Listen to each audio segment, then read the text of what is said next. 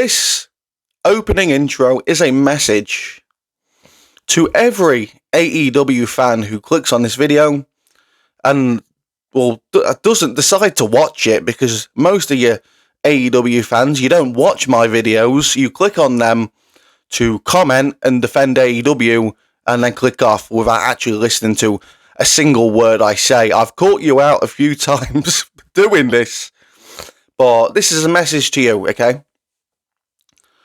TV ratings matter, okay? Just as box office numbers matter for movies, okay? Now, put it in this perspective. You know, all these movie critics, right? They always talk about, what does this movie do in the box office?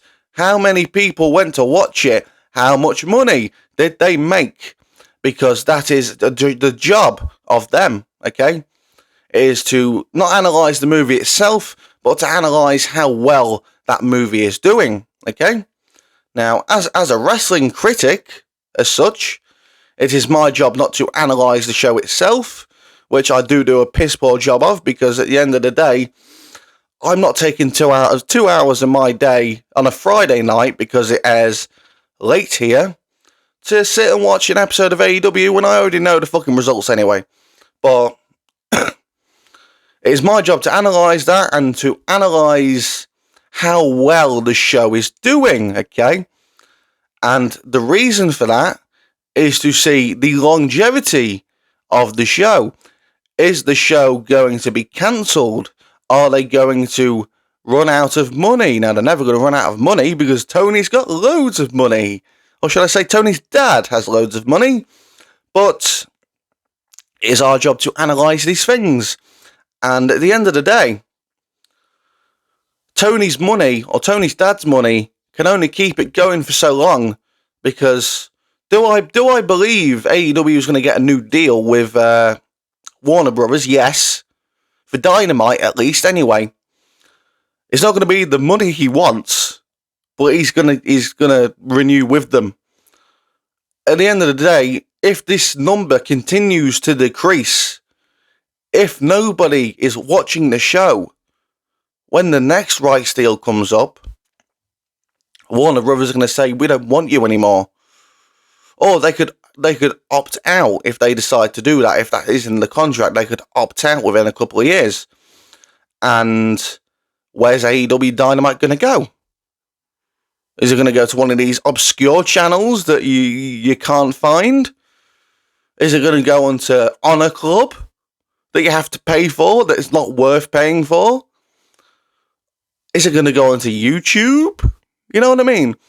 And at the end of the day, it can only run for so long on a loss, and on a loss of audience. Now, TNA run on a channel owned by the parent company of TNA. So they don't really need to worry about things too much, apart from paying the employees, making some money back from paying the employees, get some sponsors, so on and so on, normal business stuff. But AEW have a lot of things to worry about. And the thing they need to worry about the most is that they came out and they said that we are competition. We are competition to WWE. We are the biggest startup company ever created, right? And everything is going down. The ratings, down. Attendance, down. Interest in general, down. The production, down. The quality, down. Everything is down. And there is no other way to spin that. I don't care that they had competition, because 2021, this time last year, over 1 million viewers, 22, 900,000 and something, 23, 800s. This year, 24, they're in the 600s, okay? And this is going up against playoffs and finals and things like that. So there is no excuse as to why the ratings are down, but we'll get into the ratings now. 681,000 viewers for AEW Dynamite, losing to NXT this week, who I didn't write the number down for that, but got over 700,000. Now, Dave Meltzer is doing his best to try and spin this one. He says that AEW got a better demo, so they win. Even though it's only up by 0.1. I believe NXT got 0.22, AEW got 0.23. Not much difference, but at the end of the day, there is a bigger difference in the overall number. And the overall number says NXT wins, right? So, Brian Alvarez is the one who sort of jinxed this yesterday, because he said that there's no way that NXT is beating Dynamite this week. And I somewhat agreed with him, because at the end of the day, NXT did quite low in the 700s. So I thought, yeah, AEW is going to get 750, maybe closer to 800. No. No, I was wrong, Brian was wrong, and AEW did the 600s. So there's no other way to spin this, okay? There's no way to defend this, okay? At the end of the day, everything is down. Everything is down. Even though you've signed all these big free agents, top free agents, oh my god, top free agents. And nobody fucking cares. You bring in Okada, who's apparently the John Cena of Japan. Oh my god, Okada's such a big star. Oh my god. You bring Okada in, no one cares. Mercedes Moné. Huge star. Not in my opinion, but huge star in WWE as Sasha Banks. Comes over to AEW. Nobody fucking cares. Will Ospreay. Huge star in Japan. And he was. And on the indies. And I like Will. Even though he says a lot of stupid shit. I like Will. But nobody cares enough. And while I do believe Will Ospreay is someone you can definitely build the company around, because unlike the previous two, he's believable and you want to root for him, okay? But Will ain't enough. It ain't enough. You need everything. I'm sick of repeating myself, so I'm not going to. Everything just needs to be better. Remove fucking Tony Khan from Gorilla, send him home, right? He can own the company, he just doesn't fucking control it, he doesn't book it.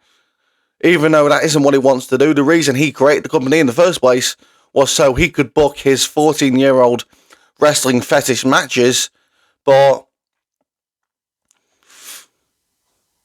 nobody fucking cares anymore.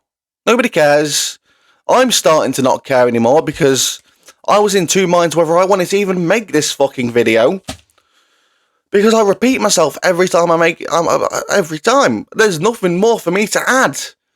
Everything I have said is valid, and I can't keep repeating it, because there are other people repeating it. Cornette, Russo, Conan, Disco, Eric Bischoff, even Kevin Nash, right? We're all repeating the same shit. Nobody at AEW is listening. So, what's the point in carrying on? What is the point in making AEW a part of the week, the wrestling week, right? You don't see me and people like me covering TNA or MLW or NWA, right? Because they are quite obscure. And AEW is getting to that level, man. They're starting to become obscure. They're starting to become, who the fuck cares? That type of feeling. So at the end of the day, eventually at some point, I'm just gonna fucking stop covering AEW altogether, because it's boring. It is boring. I'd rather talk about things I enjoy, or things that I can critique, that where the people in charge would actually listen. But Tony Khan has no self-awareness. The Young Bucks have no self-awareness. No one in AEW has any self-awareness, apart from maybe Chris Jericho.